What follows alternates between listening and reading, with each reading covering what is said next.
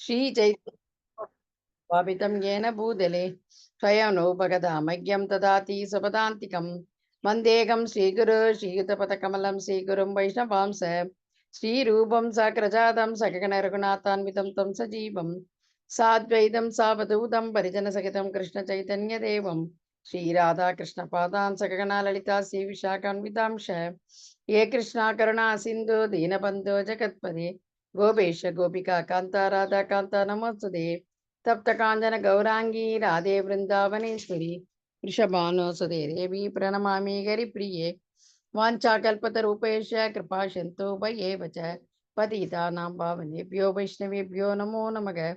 जय श्री कृष्ण चैतन्य प्रभु नित्यानंद श्री अद्वैत गदाधर श्रीवासादि गौरभक्तवृंद हरे कृष्ण कृष्ण कृष्ण हरे हरे हरे राम राम राम हरे हरे मूकं करोति वाचालं पंगुं लङ्घेतये गिरिं यत्कृपातमकं वन्दे श्रीगुरुं दीनदारिणं परमानन्दमाधवं श्रीचैतन्य ईश्वरं हरि ओं तत्सत्। ओम नमो भगवते वासुदेवाय। ओम नमो भगवते वासुदेवाय।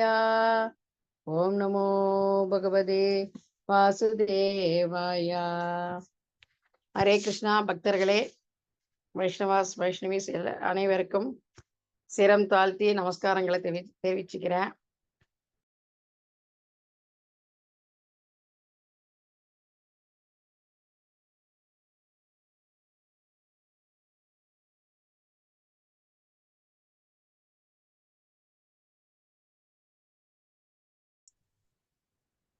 ஓகே, நீங்க யாராவது படிக்க வருமா? ஹரே கிருஷ்ணா இருக்கிறவங்கல்ல கமலா மாதாஜி படிங்க. படிக்க வரலைன்னா நான் படிக்கிறேன். ஹரீஷ்ண பிரபு, அந்த போன்ல என்னால படிக்க முடியல பிரபு. ஓகேம்மா.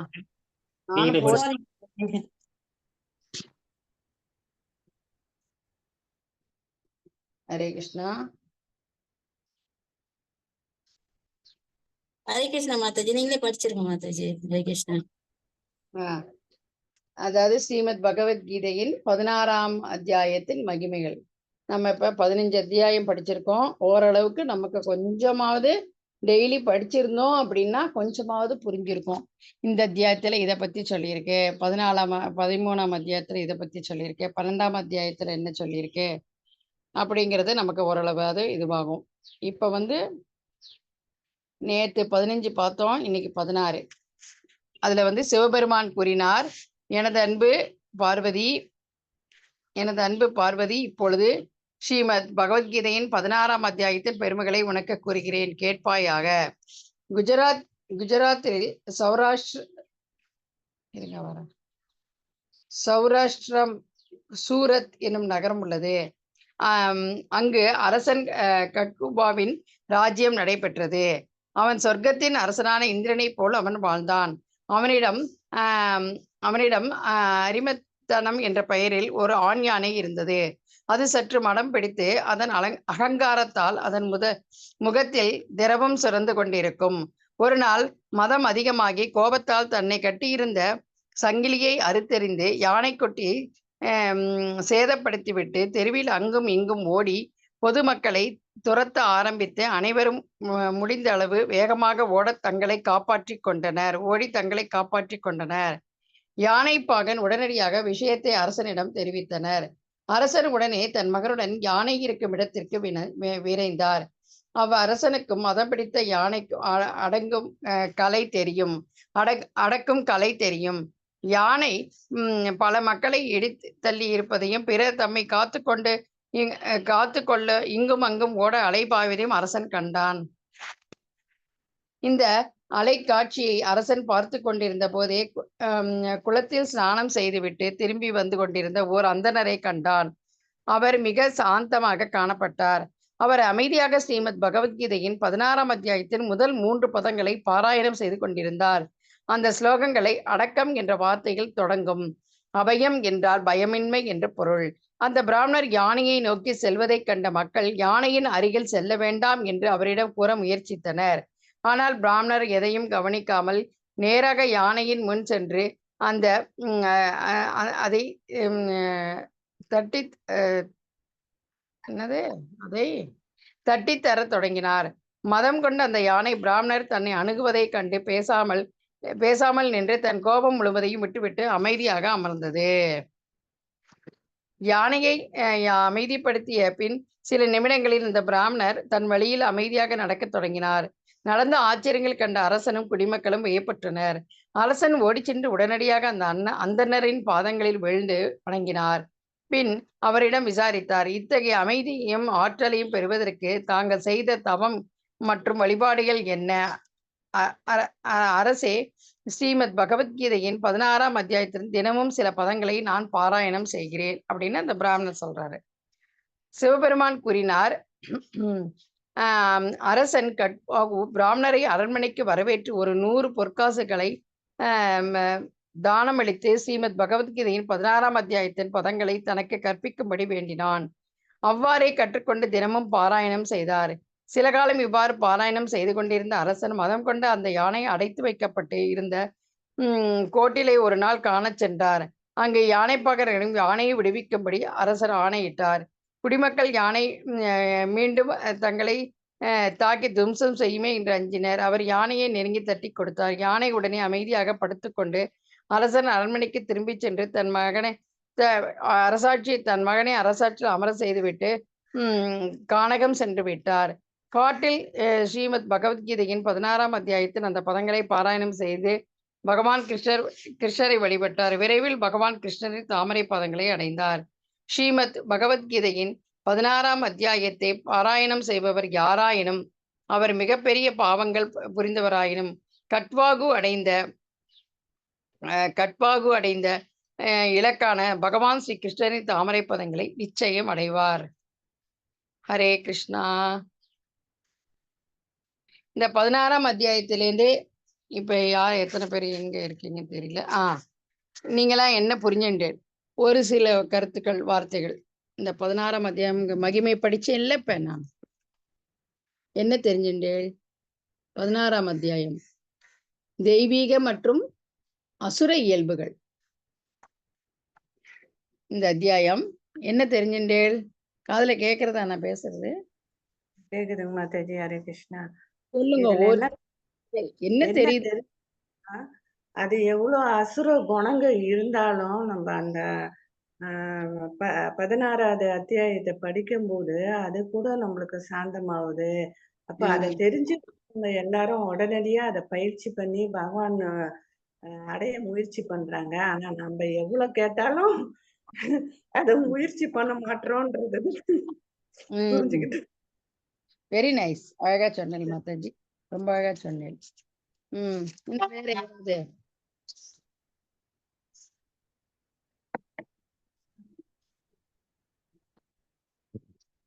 ஹரே கிருஷ்ணா.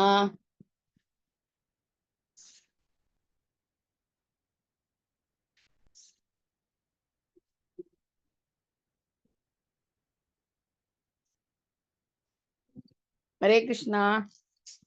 ஓகே, இந்த அத்தியாயத்துல என்ன சொல்ல வராங்க அப்படின்னா, அதாவது பகவான் சொல்றாரு, அச்சமின்மை, அதாவது நம்மளுடைய நிலைகளை தூய்மைப்படுத்திக்கிறது. ஒரு பிராமணனுக்கான உள்ள குவாலிட்டி ஆத்ம ஞானத்தை, ஆன்மீக ஞானத்தை விருத்தி செஞ்சுக்கணும் அப்படின்னா இந்த மாதிரி விஷயங்கள்லாம் இருக்கணும். தானம், சுய கட்டுப்பாடு, யாகம் செய்யறது, வேதங்களை கத்துக்கிறது, தவம் பண்றது, எளிமையாக இருக்கிறது, அகிம்சை, வாய்மையாக இருக்கிறது, கோபத்திலிருந்து எப்போதும் தன்னை விடுவிச்சுட்டு இருக்கிறது, துறவு, சாந்தின்னா அமைதியா இருக்கிறது, இப்படி பேராசை, இது மாதிரி மன உறுதி இருக்கிறது, வீரம், மன்னிக்கும் தன்மை இருக்கிறது, தைரியம், தூய்மை, பொறாமையின்மையில் இருக்கிறது, பொறாமை இல்லாம இருக்கிறது, மரியாதை எதிர்பார்க்காமல் இருக்கிறது. எப்போதுமே இதனாலதான் நமக்கு பிரச்சனைகளே ஆரம்பிக்கும். நான் எனக்கு எப்படி அவன் மரியாதை கொடுக்கல அப்படிங்கிற மாதிரி, அந்த மாதிரி எல்லாம் எதுவுமே இருக்கக்கூடாது. நம்ம எல்லாம் சேவகர்கள், பகவான் ஒருத்தர் தான் எஜமானர், அந்த ஞாபகம் எப்போதுமே இருக்கணும். அதே மாதிரி தெய்வீக குணங்கள் அப்படின்ட்டு நிறைய விஷயங்கள் இதெல்லாம் இருந்துதான், இதெல்லாம் இந்த மாதிரி இயல்புகள் இருந்தாதான் ஒரு மனுஷனுக்கு தெய்வீக இயல்பு உடையவன், உன்னதமான மனிதரை சார்ந்தவை இதெல்லாம். இப்ப நான் சொன்னதெல்லாம் அந்த மாதிரி பகவான் வந்து போன அத்தியாயத்திலே சொல்றாரு. என்ன சொல்றாரு பகவான்? ஆரம்பத்திலே சொல்றாரு, இந்த ஜட உலகம் வந்து அசுர அந்த அதாவது இதுக்கு ஒப்பிட்டாங்க. அரச மரத்துக்கு ஒப்பிட்டாங்க. அதுலேருந்து வரும் உபவேர்கள் வந்து உயிர்வாளிகள் மங்களம் அமங்கலம் செயல்களுக்கு ஒப்பிடப்படுகிறது. தேவர்களை அசுரர்கள் வந்து பற்றி 9ஆம் அத்தியாயத்தில் சொன்னாங்க. வேத சடங்குகளை விட முக்திக்கான பாதை முன்னேற்றம் பெறுவதற்கு சத்துவகுணத்தில் செயல்கள் மங்களகரமானது கருதப்படுகிறது. நம்ம இப்பெல்லாம் சத்துவகுணத்துல இல்ல. ஆனா சத்துவகுணத்தை அடையறதுக்காக ட்ரை பண்றோம். அந்த சத்துவகுணத்தை அடையணும் ட்ரை பண்ணுறோம் அப்படின்னா எப்படி பண்ண முடியும்? நம்மளுக்கு நாமளே பண்ணிக்க முடியாது. பக்தர்களோட வைஷ்ணவர்களுடைய சங்கமத்துல இருந்தாதான் அந்த சத்துவகுணம் நம்மளால எடுத்துக்க முடியும். அதே மாதிரி தூய ஆச்சாரியர்கள் முந்தைய ஆச்சாரியர்கள் அவங்க மூலியமா அவங்களுடைய அசோசியேஷன் கிடைக்கிறது மூலியமா மத்வாச்சாரியார், ராமானுஜாச்சாரியார், சைத்தன்ய மகாபிரபு, அப்புறம் வந்து ஷீலா பிரபுபாத், இப்படி முந்தைய ஆச்சாரியர்கள் அடிச்சுவல்களை நம்ம பின்பற்றணும். அவங்க அதுக்கப்புறம் அந்த பரம்பரையில யாரெல்லாம் இருக்காங்களோ அவளோட வழிநிலைகள் நம்ம கருத்துக்களை ஏத்துக்கணும். இப்படிலாம் இருந்தாதான் பக்தர்கள் வைஷ்ணவர்களுடைய சங்கமத்துல எப்போதுமே இருக்கணும். இருந்தாதான் இந்த மாதிரி குணங்கள்லாம் சாத்விக குணத்துக்கு வரத்துக்கு நம்மளால முயற்சி பண்ண முடியும். கலியுகத்துல அதுவும் நம்மளால முடியவே முடியாது. நம்மளை என்னதான் வந்தாலும் மாயா வந்து நம்மளை அழகா கூட்டிட்டு போயிடும். ஏதாவது ஒரு இதுல வீக்கா இருப்போம், டப்புன்னு மாயா வந்து டப்புன்னு பிடிச்சிரும். அதுவும் டிவோட்டிஸே பக்தர்களை தான் மாயா தேவி வந்து வேகமா வந்து அழைச்சிட்டு போவாங்க. என்ன நீ எப்படி நீ இது பண்ணிடுற பார்க்கலாம் அப்படிங்கிற மாதிரி மாயா தேவிக்கு ஒரு சேலஞ்சா கூட்டிட்டு போயிடுவாங்க. தெய்வீக குணங்கள் நாட்டை பிறப்பதற்கு வந்து அதாவது இந்த இதுல வந்து குழந்தைகளை பெற்றெடுக்கிறது வந்து சாதாரணமா 16 பெற்று பெருவாழ்க வாழ்க்கை சொல்றான்னா 16 குழந்தைகள் அப்படி கிடையாது. 16 செல்வங்கள். 16 செல்வங்கள்னா செல்வங்கள் இருக்கிற செல்வங்கள் அதெல்லாம் கிடையாது. காசு, பணம், நகை, வைரம், வைடூரியம் அது கிடையாது. என்ன என்ன அர்த்தம் அதுக்கு அப்படின்னா 16 செல்வங்கள நமக்கு இந்த மாதிரியான இவ்வளவு குணங்கள் ஆன்மீக ஞானத்தை விருத்தி செய்வதற்கான இந்த குணங்கள்லாம் இப்ப மேல சொன்னேன் இல்லையா? தானம், சுய கட்டுப்பாடு, யாகம் செய்யறது, வேதங்களை கற்கிறது, தவம், எளிமை, அகிம்சை, வாய்மை, இப்படி இதெல்லாமே இருக்க அப்படின்னு தான் வாழ்த்துவாங்க. அதே மாதிரி குழந்தைகள் பெற்றெடுத்தாலும் நம்ம வந்து பகவானுடைய நாமத்தை சொல்லிட்டு குழந்தைகளை இது பண்ணணும். அதே மாதிரி கர்ப்ப சம்ஸ்காரம் செய்யணும். சம்ஸ்காரம் வேதங்கள்ல சாஸ்திரங்கள் வந்து இதெல்லாம் குறிப்பிட்டிருக்கு. தெய்வீக குழந்தை நமக்கு வேணும் அப்படின்னா பெற்றோர்கள் நினைச்சாங்க அப்படின்னா இந்த மனித இன சமுதாய வாழ்வுக்காக என்ன சொல்லியிருக்காங்க அப்படின்னா அவர்கள் வந்து இந்த சம்ஸ்காரங்கள்லாம் பண்ணிக்கணும்.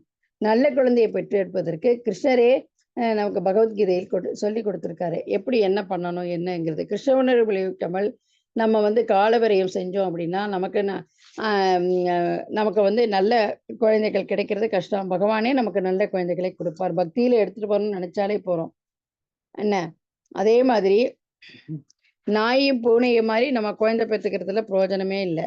எனக்கு இத்தனை குழந்தைகள் இருக்கு, அத்தனை குழந்தை இருக்கு, ஏதாவது ஒரு குழந்தைக்கு பகவான் கிருஷ்ண பக்தி இருக்கா அது போறோம். அதுதான் முக்கியம். நம்ம பாட்டுக்கு மெட்டீரியல் படிப்பு படிக்க வச்சுட்டு அதை பண்ணிட்டு இதை பண்ணிட்டு எனக்கு இத்தனை குழந்தைக்கு ஒருத்தன் அமெரிக்கால இருக்கான், ஒருத்தன் ஆப்பிரிக்கால இருக்கான், ஒருத்தவங்க வேற எங்கேயோ இருக்காங்க, துபாயில இருக்காங்க அப்படின்னு சொல்லிக்கிறதுல ஒரு பிரயோஜனமும் கிடையாது. ஒருத்தராவது ஒரு குழந்தையாவது கிருஷ்ண பக்தியில இருக்கணும். எல்லா குழந்தைகளையும் பக்தி கிருஷ்ண உணர்வோட வளர்க்கணும். அதுதான் இம்பார்ட்டன்ட். தாய் தந்தையருக்கு பிறக்கும் குழந்தைகள் வந்து நல்ல வாய்ப்பு. அதுதான் நல்ல வாய்ப்பு. சமுதாயத்துல வந்து வாழ்வின் அடிப்படையில் 4 பிரிவுகள் தொழிலின் அடிப்படையில் கொடுக்கப்படுறாங்க. அந்த 4 பிரிவுகள் வர்ணாசிரம தர்மம். இந்த வர்ணாசிரம தர்மம் என்ன அப்படிங்கிறது மனித சமுதாயத்துல வந்து பிறப்பில வந்து பிரிப்பது கிடையாது. மனித சமுதாயத்தில் பிறப்பின் அடிப்படையில் பிராமணர் அப்படிங்கிறது பிறப்பின் அடிப்படையில் பிறக்கிறது கிடையவே கிடையாது. என்ன அவங்க வர்ண ஆசிரமம் என்ன தொழில செய்யறாங்களோ அதுக்கு தகுந்தாற்போர் தான் அவங்களுக்கு கொடுக்கப்படணும். கல்வி தகுதியில பொறுத்த அதே மாதிரி சமுதாயத்தில் அமைதியோட வளமான நிலையில இருக்கணும் அப்படின்னா அவங்களுடைய குணங்கள் ரொம்ப முக்கியம். குணங்கள் வந்து சாத்விகா இருக்கணும், சுத்த சாத்விகா மாறணும். அது ரொம்ப கஷ்டம். அதுவும் இந்த கலியுகத்துல. ஆனால் பக்தர்களால இது முடியும். ஒரு மனிதனை ஆன்மீக அறிவில் முன்னேற்றம் பெற செய்வது வந்து இந்த ஜட உலகிலிருந்து முக்தி பெறுவதற்கு உதவும் தெய்வீக குணங்கள் ஆகும். இதுதான் ரொம்ப முக்கியம். அதே மாதிரி வர்ணாசிரம அமைப்பு வந்து துறவு வாழ்க்கை ஏற்றுள்ள சன்னியாசி வந்து என்ன பண்ணுவார் அப்படின்னா சமூக அமைப்பில் உள்ளவர்களுக்கு தலைவராக இருந்து ஆன்மீக குருவாக இருப்பாங்க. ஆன்மீக குருவாக இருந்து இதெல்லாம் செய்யணும், இதெல்லாம் சாத்விக் விஷயங்கள், இதெல்லாம் அசுர குணம், இதெல்லாம் தேவகுணம் அப்படின்னு அவங்க வந்து பிரிவுபடுத்தி அவங்களால சொல்லி கொடுப்பாங்க. நம்ம அதை கேட்கணும். அதே மாதிரி மற்ற 3 பிரிவு பிராமணர்கள் வந்து சமூகத்தின் மற்ற 3 பிரிவுகள் சத்திரியர், வைசியர், சூத்திரர்கள் இருக்காங்க இல்லையா? அவங்களுக்கெல்லாம் பிராமணர்கள் வந்து குருவாக, ஆன்மீக குருவாக சொல்லுவாங்க. அதுதான் நம்ம இதுல இருந்து புரிஞ்சுக்கணும். அசுர குணம் இந்த கதையில என்ன நம்ம பார்த்தோம் அப்படின்னா, அசுர குணம் உள்ள அந்த அந்த மதம் பிடித்த யானையை அந்த வந்து சுத்த சாத்விக்கில இருக்கிற அந்த பிராமணரால எப்படி நம்ம கட்டுப்படுத்த முடிகிறது? வெறும்ன ஸ்லோகம் 3 ஸ்லோகங்கள் பதங்களை படிக்கிற 16வது அத்தியாயத்துல எப்படி அவரால் கட்டுப்படுத்த முடிகிறது அப்படிங்கிறதான் இதுல வந்து இந்த மகாத்மியத்துல விசேஷம். என்னது? அசுர இயல்புகளை உள்ளவர்களை கூட மிருகங்களா இருந்தா கூட கட்டுப்படுத்த முடியும் அப்படிங்கிறத நம்ம வந்து இந்த இந்த அத்தியாயத்துல 16ஆம் அத்தியாயத்துல நம்ம தெரிஞ்சுக்கணும். அதுதான் தெய்வீக மற்றும் அசுர இயல்புகள். தெய்வீக மற்றும் அசுர இயல்புகள். தெய்வீகமா அப்படிங்கிற இந்த இடத்துல வந்து பிராமணரை குறிக்குது. அசுர இயல்புகள் வந்து அந்த யானைக்கு மதம் பிடிக்கிறதுனால அதுக்கு வந்து அசுரத்தனமான ஒரு இது இருக்கிறதுனால எல்லாரையும் பயமுறுத்துறது. ஓகே, இந்த விஷயத்த வந்து இந்த அத்தியாயத்துல இருந்து போன அத்தியாயம் 15ஆம் அத்தியாயம் என்ன பார்த்தோம்? நம்ம இந்த சைக்கிள்ல இருந்து வெளியில வந்துடலாம் எந்த விதமான பகவான் அந்த 20 ஸ்லோகங்களை படிக்கிறதுனால அப்படிங்கிறத பார்த்தோம். இதுல வந்து நம்ம என்ன தெரிஞ்சுக்கணும் ஹைலைட் அப்படின்னா, அசுர இயல்புகளா இருக்கிறவங்களை கூட ஒரு மிருகமா இருந்தா கூட இந்த பதங்களை படிக்கிறதுனால வெளிவர முடியும். அப்படின்னா மனிதர்களாகிய நமக்கெல்லாம் எப்படி என்ன எவ்வளவு சாத்தியம்னு நம்மளே புரிஞ்சுக்கலாம் இந்த இந்த மகாத்மியத்தோட மகிமையிலேருந்து. அதுதான் நம்ம 16வது அத்தியாயம் அப்படின்னா நமக்கு என்ன ஞாபகம் வரணும்? அசுர இயல்புகாய் இருக்கிற மிருகங்களை கூட இந்த பதங்களை ஸ்லோகங்களை படிப்பதினால் பகவத்கீதையின் ஸ்ரீமத் பகவத்கீதையின் உண்மை உருவில் 16ஆம் அத்தியாயத்தின் அந்த பிராமணர் திரைக்கும் ஃபுல் சாப்டர் கூட படிக்கல இல்லையா? பெரும்னா ஒரு 3 ஸ்லோகம் தான் படிக்கிறார். அப்படின்னா பாத்துக்கங்க, 3 ஸ்லோகத்துக்கே எப்படின்னா முழு அந்த அத்தியாயத்துல இருக்கிற முழு பதங்களையும் படிச்சா என்ன ஆகும்? நம்மளுக்கு நாமளே கொஸ்டின் கேட்டுக்கிட்டு ஆன்சர் பண்ணிக்கலாம் இல்லையா? ஹரே கிருஷ்ணா. கேட்கறது அவங்களுக்கு அப்ப ஏதாவது குரல் கொடுங்க. ஏன்னா நான் பாட்டுக்கு சொல்லி போய் கடைசியில நீங்க இது கேட்காம போயிடுச்சுன்னா கஷ்டம். அதுக்குதான் சொல்றேன். அதான் இதுல 24 ஸ்லோகங்கள் இருக்கு. இந்த 24 ஸ்லோகங்கத்திலையும் சாஸ்திர விதிகளை புறக்கணித்து தான் போன போக்குல செயல்படு பக்குவத்தையோ சுகத்தையோ பரம இலக்கியோ அடைய முடியாது. என்ன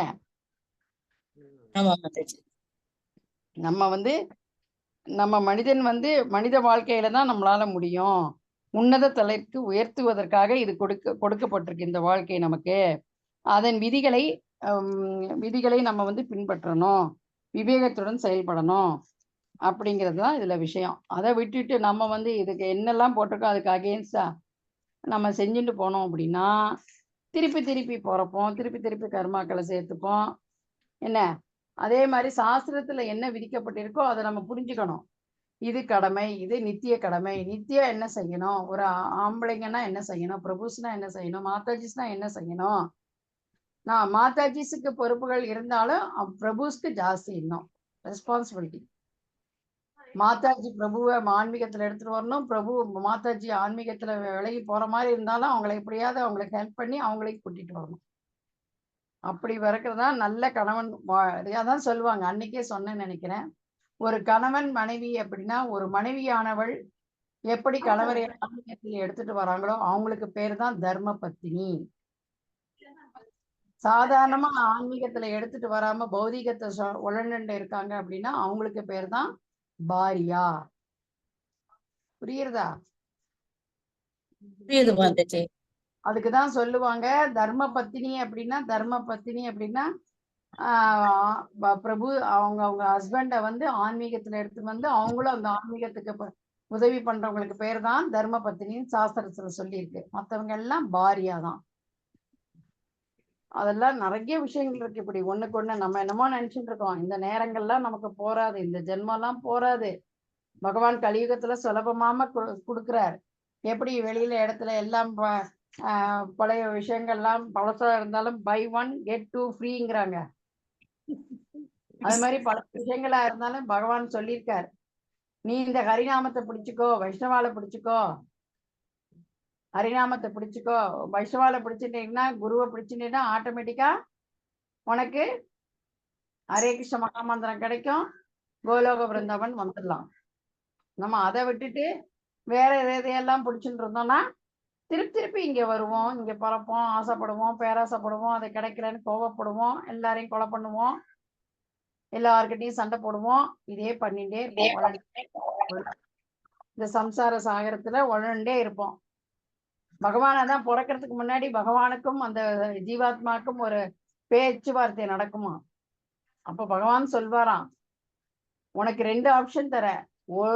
ஒரு ஆப்ஷன் வந்து உன்னுடைய ஆசைப்படி உன்னுடைய வாழ்க்கையை நடத்திட்டு வா, அதுக்கான உடலை தர. இல்லையா, என்னையே நினைச்சுட்டு எப்போது எங்க போனாலும் உன்னுடைய ஆசைகளையும் அதை இது பண்ணிட்டு வா, இன்னொரு ஆப்ஷன். இது 2ல நீயே முடிவு எடுத்துக்கோ அப்படின்னு தான் அனுப்புவாராம் நம்மள. நம்ம போலம்மா அங்கேயே இருக்கோம்னு சொல்லுவோமா. ஆனா ஆசைப்பட்டு கேட்டுருவோம். கேட்டதுக்கு அப்புறம் ஒண்ணும் பண்ண முடியாது. அதனால பகவான் வந்து அதற்கான உடலை கொடுக்குற, போய் என்ஜாய் பண்ணிட்டு வா அப்படிம்பார். இல்லையா, அந்த உடலை வச்சுட்டு உன்னுடைய ஆசையும் நிறைவேற்றிட்டு என்னையும் சென்டர்ல வச்சுட்டு எல்லாம் பண்ணு, அந்த ஆப்ஷனும் தரேன் அப்படிம்பார். நீ தான் முடிவு பண்ணிக்கோ அப்படின்றவார். நம்ம கையில தான் இருக்கு எல்லாமே. ஹரே கிருஷ்ண மாதாஜி. இப்ப கணவர் வந்து இப்ப மனைவிமாருக்கு தான் வந்து கணவரை பக்தி வழிக்கு கொண்டு போகணுமா மாதாஜி?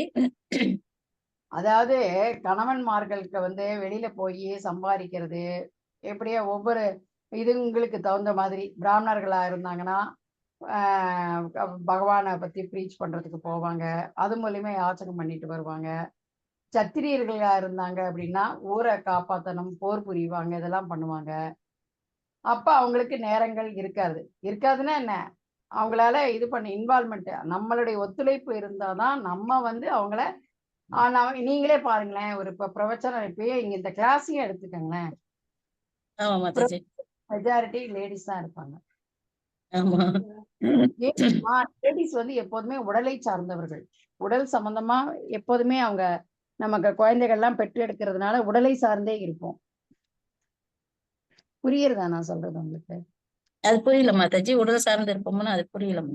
போனா உடல் சம்பந்தமா உள்ளதுக்கு முக்கியத்துவம் கொடுப்போம். ஒண்ணும் இல்ல, ஒரு சன்னியாசி வந்து ஒரு வேஷ்டி கொடுத்தாங்கன்னா அதை அப்படியே ஆசிட்டிஸ் கட்டிட்டு வருவாரு. இதே ஒரு லேடிஸ் நீங்க சன்னியாசியா ஏத்துக்கிறோம், நீங்க ப்ரீச்சிங்லாம் பண்றீங்க, உங்களுக்கு தீட்சை வழங்குற அதிகாரம் கொடுக்கலான்னு இருக்கோம் அப்படின்னா உடனே ஒரு எல்லோ கலர் புடவை கொண்டு கொடுக்குறாங்கன்னு வச்சுக்க, ஒரு சந்தன கலரோ காவி கலரோ ஏதோ ஒண்ணு கொடுத்த உடனே மறுநாள் என்ன பண்ணுவாங்க, அதுல ஜிகு ஜிகுன்னு ஜரிகை பார்டர் வச்சு அடிச்சு தச்சு போட்டுட்டு வந்துருவாங்க. புரியுதா? புரியுது மாதாஜி.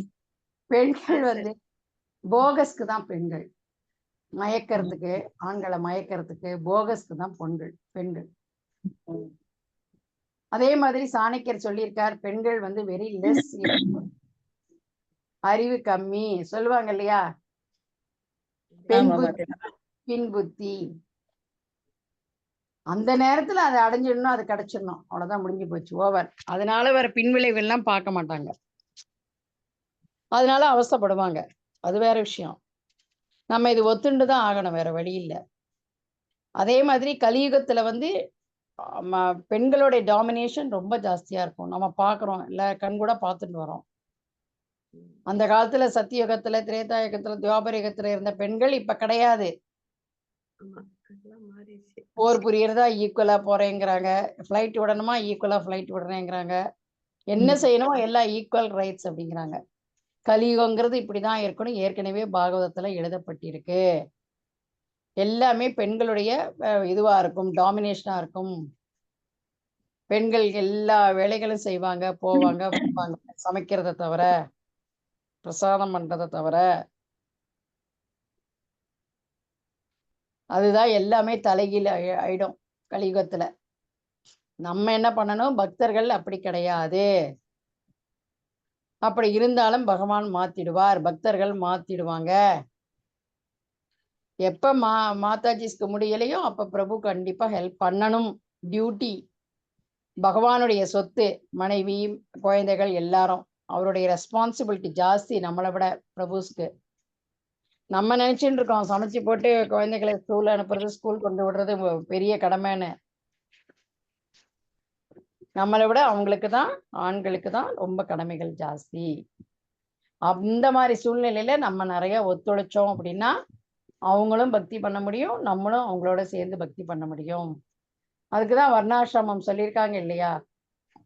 பிராமணர், சத்திரியர், வைசியர், சூத்திரர் இல்லாம 4 வர்ண ஆசிரமங்கள். அதுக்குதானே வியாசர் பாகவத்துல பிரிச்சு கொடுத்திருக்காரு. அத்தனை வேதங்களையும் படிக்கிறது கஷ்டம். ராம 4 வேதங்களா பிரிச்சிருக்காரு. அதுல 2 இதிகாசங்கள், மகாபாரதம், ராமாயணம். அதுல 2 பகவத்கீதா, ஸ்ரீமத் பாகவதம். இப்படி ஒவ்வொன்றிலையும் ஒவ்வொரு விஷயங்களை பிரிச்சு கொடுத்துருக்காங்க. அப்படி இருந்துமே நமக்கு படிக்க முடியல. பிரபுபாத் வந்து வாழைப்பழத்தை உரிச்சி அதை கட் பண்ணி ஸ்பூன்ல வச்சு ஃபீட் பண்ணா கூட நமக்கு முழுங்க முடியல. அதனால நம்ம இந்த வார்த்தையை பயன்படுத்திக்கணும். இதுல இருக்கிற ஒவ்வொரு அத்தியாயம் மகாத்மியத்தை திருப்பி படிங்கன்னு நான் அதுக்குதான் சொல்லிட்டே இருக்கேன். கிளாஸ் இல்லைன்னா தயவு பண்ணி வேஸ்ட் பண்ணாதீங்க. உங்களுக்குள்ளேயே கூப்பிட்டுக்கங்க. நம்பர்லாம் வாங்கி வச்சுட்டு இருக்கீங்க. இருக்கிறது 5 பேரோ 6 பேரோ தான். ரொம்ப நிறைய பேர்லாம் ஒண்ணும் இல்லை. இருக்கிறவங்க வச்சுட்டு எதுல படிக்க முடியுதோ அதுல படிங்க. வேஸ்ட் பண்ணிடாதீங்க. பகவான் வந்து ஆசையா வந்து உட்கார்ந்துட்டு இருப்பார். நம்மளுடைய குழந்தை இன்னைக்கு நம்மளை பத்தி என்ன படிக்கிறது பார்க்கலாம், என்ன அது கத்துக்கிறது, எப்ப வரும் நம்ம கிட்ட இதெல்லாம் புரிஞ்சுட்டே அப்படின்னு. அப்பயும் நம்மளுடைய நலத்துக்காக தான் அவர் சந்தோஷப்படுறார். ஒரு தாய் எப்படி அந்த குழந்தை எந்த ஒரு விஷயங்கள் பண்ணாலும் அந்த தாய்க்கு எந்த விதமான எதிர்பார்ப்பும் இல்லாம சந்தோஷப்படுவாங்க. அதுதான் தாய்.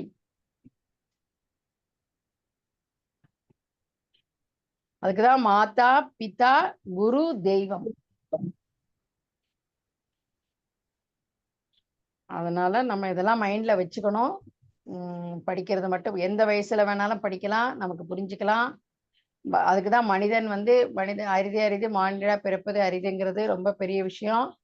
அதுலயும் வந்து எந்த விதமான அங்க ஈனங்கள் இதெல்லாம் இல்லாம, ஊனம் இதெல்லாம் இல்லாம நம்ம பிறந்திருக்கோம். புத்தி சுவாதீனம் எந்த விதமான பிரச்சனைகள் இல்லாம புரிஞ்சுக்கிற அளவுக்கு பக்குவமா அதை நம்ம பயன்படுத்திக்கணும்.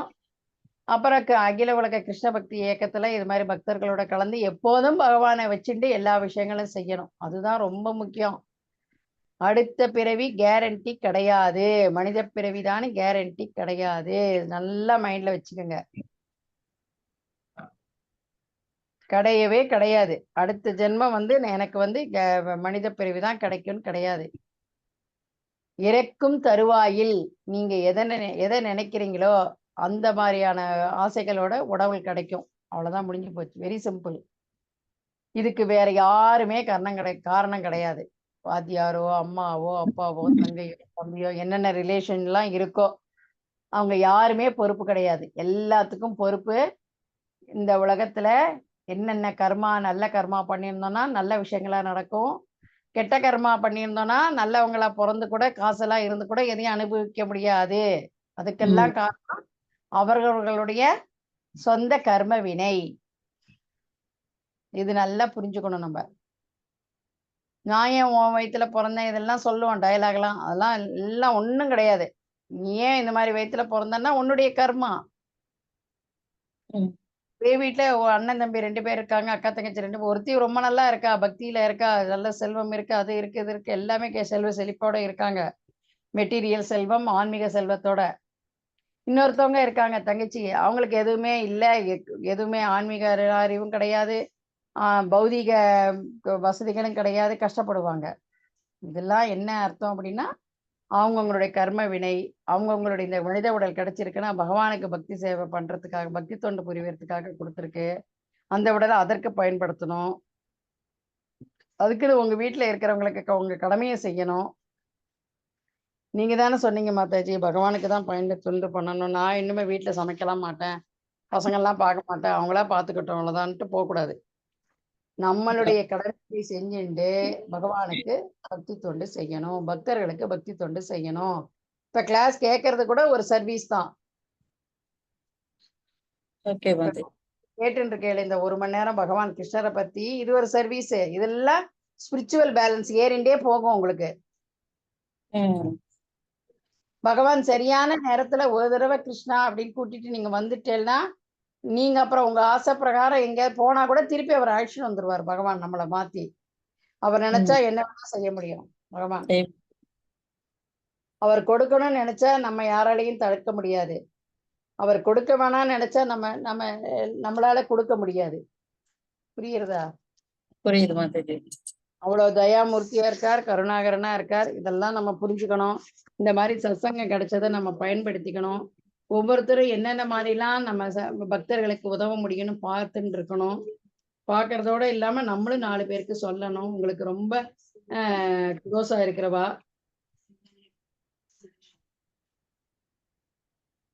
அதனாலதான் இந்த புலன்களை எல்லாம் கட்டுப்படுத்துறது அவ்வளவு சாமானியம் இல்ல.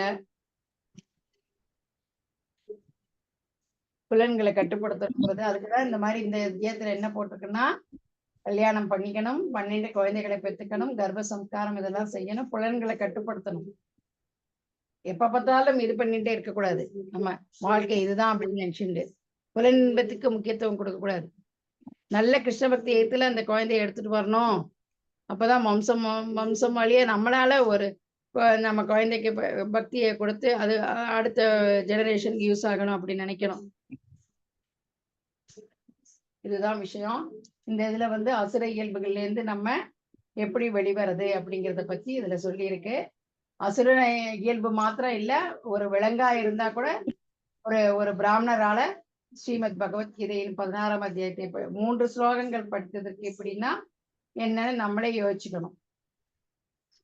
அதனால ட்ரை பண்ணணும், படிக்கணும். டெய்லி இந்த கிளாஸ் நம்ம படிக்கிற கிளாஸ் இல்லாம நம்ம வீட்டுல கண்டிப்பா எடுத்து வச்சுட்டு படிக்கணும்.